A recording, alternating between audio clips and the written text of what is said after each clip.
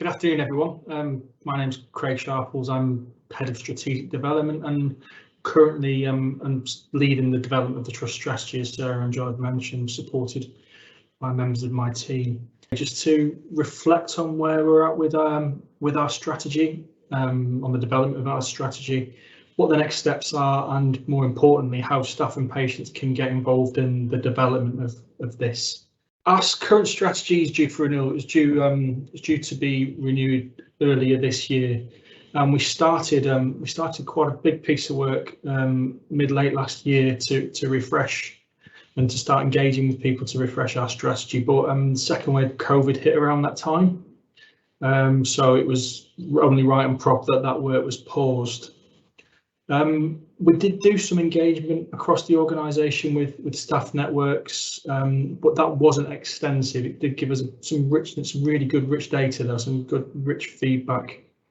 The pause we've had since then, it's really enabled us to reflect on the last 18 months and what we've learned as an organisation from our response to the pandemic, and also, as John mentioned earlier, around ICSs, reflect on and think about the impact and learning we've got from regulatory changes around integrated care systems becoming formally established bodies, and the learning from our provider collaboratives and how we can take that forward into new care delivery models. Fundamentally, COVID and our response, it's fundamentally changed the way we work. The fact we're doing this right now is evidence of just how far we've come just with the technology, but also how this learning around how, by empowering our staff to make decisions with that agility, we can do things really quickly. So again, it's just more learning to take forward into our new strategy. Our strategy will determine our direction of travel over the next 5 years. I think, as John and Sarah have said, it's about who we are, what our priorities are going to be, and what difference that's going to make. Fundamentally, so what? Our strategy could be a beautiful document sat on a shelf, but we want it to be a meaningful representation of our organisation. We want the strategy to ooze not self-care and be recognisable to our staff and our patients. And because of that, it's going to inform the decisions and our strategic decisions, our service level decisions, and our individual objectives. So getting the engagement in this at the early stages and throughout is really important to me as the lead for this, but equally to the executive team and our board. What we have learned and what we've listened to over the last 18, 24 months, particularly coming through the engagement work around our values and behaviours, is the staff say they come to work to make a difference. So we want this strategy to be how are we going to make that difference? It's not about delivery of day-to-day business as usual activities that any good NHS organisation will do, but it's around using the benefit and experience of our staff and also the insight around population health and what our staff and patients are telling us to think. So what's going to be different? What are we going to do differently? As I said, we're in between. Technically, we're in between strategies at the moment. So to this end, the board this month agreed these key priorities for this year. Again, and there's 4 key strategic themes which hopefully you'll recognise or come to recognise shortly, around quality, our people, our performance, and well led, doing the right thing. I won't go into the detail of this today, but I think it's just important that colleagues across the organisation are aware that whilst we don't have a formal strategy in date, we do have some key strategic priorities for the year. What I will also say is on Connect and within the chat, there is a 7-minute briefing on our annual plan, which talks about more detail in terms of the background and how we got to this and how we monitor this and how we use this going forward.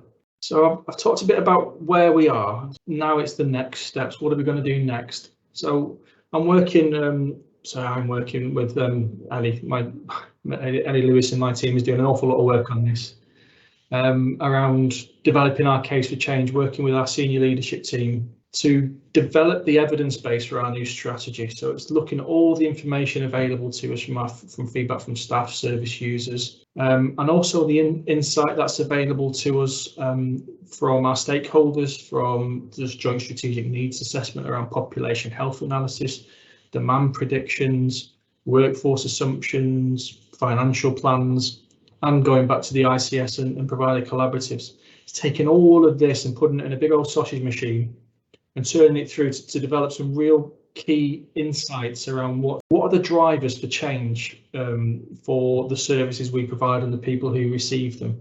And that evidence base is then going to be presented to our board of directors to inform our direction and our intended outcomes.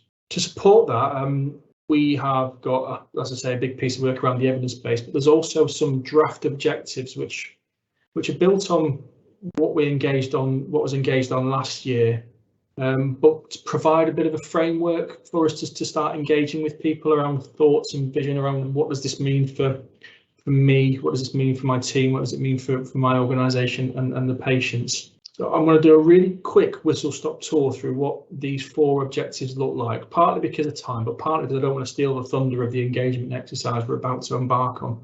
So the first draft objective is around quality, and it's there to provide the best care and support we can. And then there's some core principles, core deliverables underneath that broad heading, which is what we're going to engage on.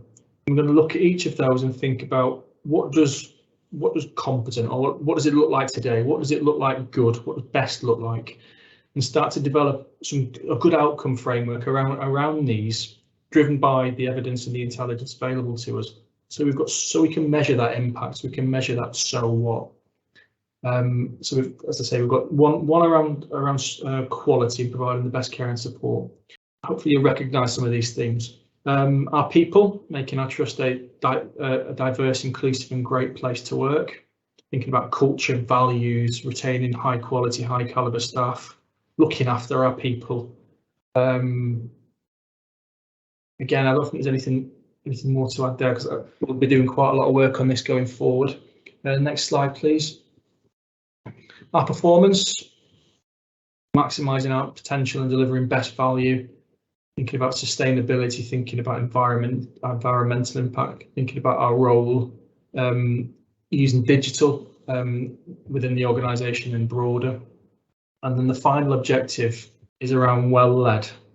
And that's fundamentally simply doing the right thing every day. And that's partly the organisation putting the structure and framework and the architecture in place to support and enable that, but then also how we work broader across system and region and nationally with some of our services. So today is effectively the launch of this engagement. I'll talk about, there's a 7-minute briefing around our strategy development as well, which will be shared in the Q&A.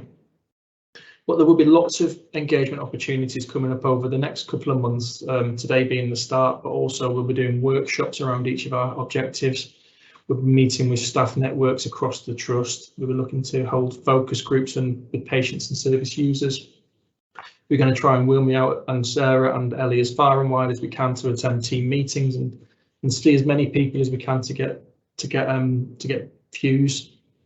And where we can't, we're going to there'll be some documentation, some workbooks which we can cascade locally for teams to use in the same way we did vision and values.